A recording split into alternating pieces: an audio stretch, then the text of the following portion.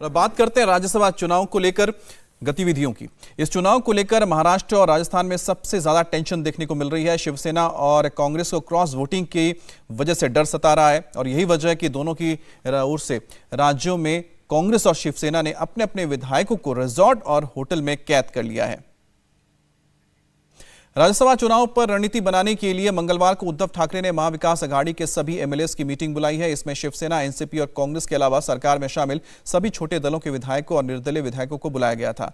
इस मीटिंग में उद्धव ठाकरे, शरद पवार और कांग्रेस नेता मल्लिकार्जुन खड़गे मौजूद थे। शिवसेना के लिए टेंशन की बात यह है कि इस मीटिंग में समाजवादी पार्टी के 2 एमएलए शामिल नहीं हुए।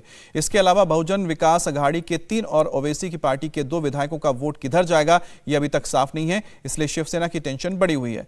शिवसेना के लिए दोनों सीटें जीतना इज्जत का सवाल है और बीजेपी भी तीसरे सीट जीतने के लिए पूरी ताकत लगा रही है, इसलिए विधायकों की बाड़ेबंदी की जा रही है। महाविकास अघाड़ी के विधायकों को मुंबई के ट्राइडेंट होटल में शिफ्ट कर दिया गया है। हालांकि एमएलएस तो दावा कर रहे हैं कि महाविकास अघाड़ी के 4 उम्मीदवार जीतेंगे, लेकिन कैसे जीतेंगे इसका जवाब किसी के पास नहीं है।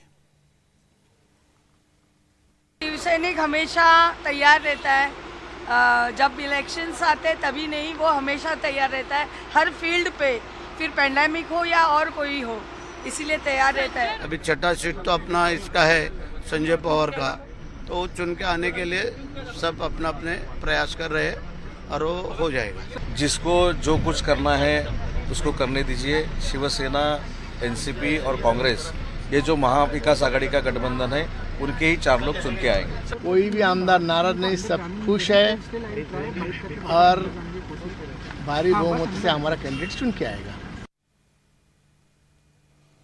महाराष्ट्र में राज्यसभा के लिए कुल 6 सीटों पर चुनाव होना है और सारी लड़ाई छठी सीट को लेकर ही है। महाराष्ट्र असेंबली में कुल 288 सीटें हैं। राज्यसभा की सीट जीतने के लिए 42 विधायकों के वोट जरूरत है। महाविकास अघाड़ी के पास 3 सीटें जीतने के लिए पर्याप्त संख्या है। बीजेपी के पास 2 सीटें जीतने लायक विधायक हैं, लेकिन बीजेपी ने तीसरे उम्मीदवार मैदान में उतारकर शिवसेना की मुश्किलें बढ़ा दी हैं। छठी सीट किसके पास जाएगी, यह बहुत हद तक छोटी पार्टियों के 16 और 13 इंडिपेंडेंट विधायकों पर डिपेंड करता है। इसलिए इस वक्त महाविकास अघाड़ी और बीजेपी दोनों का फोकस इन्हीं विधायकों पर है। आज महाविकास अघाड़ी की मीटिंग में 13 में से 11 इंडिपेंडेंट एमएलए शामिल हुए, जिसके बाद शिवसेना ने दावा किया कि महाविकास अघाड़ी के 4 कैंडिडेट जीत तय हैं। 10 तारीख को 7 बजे कौन डर गए हैं, कौन हार गए हैं, उसका फैसला हो जाएगा। आपने अपने विधायकों को ताज ने क्यों छुपाया है? छोड़ दो ना खुला। देखो, ये प्रक्रिया होती है इस प्रकार के चुनाव। 22 साल के बाद पहली बार चुनाव हो रहा है।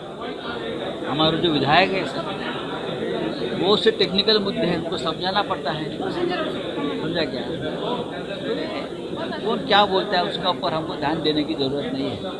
निर्दलीय 2 जो है छोटे दल है, वो नाराज है। सभी हमारे साथ हैं, 2-3 क्या, सभी हमारे साथ हैं। विश्वास से पूरा 4 सीटें आएगी महाविकास आघाड़ी पूरी।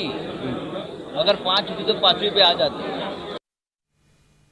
संजय राउत कहें कुछ भी, लेकिन यह तो क्लियर है कि शिवसेना में डर तो है। इसलिए विधायकों को एक होटल में लाकर ठहराया गया है। क्रॉस वोटिंग का डर सबसे ज्यादा कांग्रेस के एमएलएस को लेकर ही है, क्योंकि कांग्रेस ने यूपी के इमरान प्रतापगढ़ी को मैदान में उतारा है और इसे लेकर कांग्रेस के अंदर बेहद नाराजगी है। हालांकि कांग्रेस के नेता फिलहाल दावा कर रहे हैं कि महाविकास अघाड़ी के सभी उम्मीदवार जीतेंगे।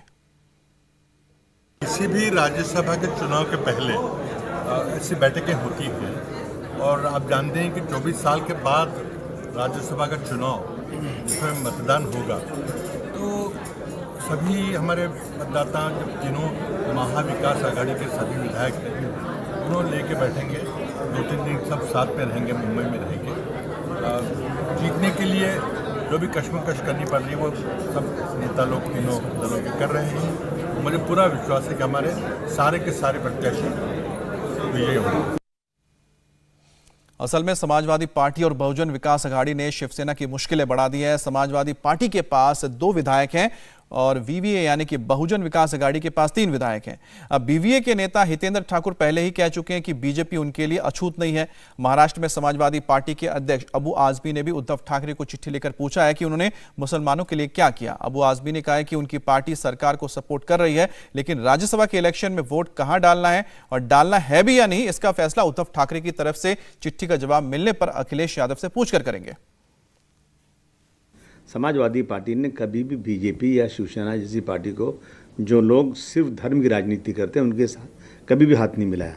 लेकिन जब हमारे अभी जो मुख्यमंत्री हैं आदरणीय उद्धव ठाकरे साहब ने कहा कि अब हम जो है सेकुलर पार्टियों के साथ सरकार बना रहे हैं और हमने जो है बीजेपी के साथ छोड़ दिया है और अब आने वाले 30 साल 20 साल तक उनके साथ रहेंगे सरकार। इंडिया टीवी हर वक्त हर जगह डाउनलोड करने के लिए सर्च करें India TV news Google play store या ऐप स्टोर पर।